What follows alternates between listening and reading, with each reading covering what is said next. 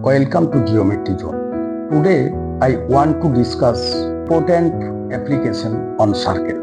I prove with reason that the line joining two midpoints of two parallel chords of a circle passes through its center. We consider a circle whose center is O. Given, let two chords AB and CD of a circle with its center O are parallel to each other, and the midpoints of AB and CD are P and Q respectively.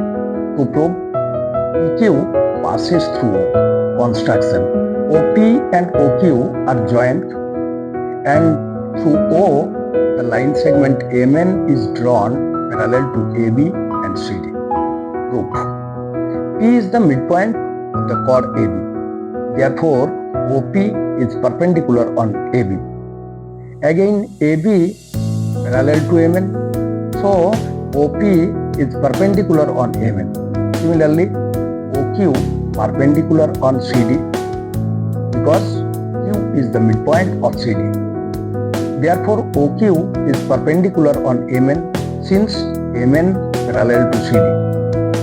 Both OP and OQ are perpendicular on MN at the point O.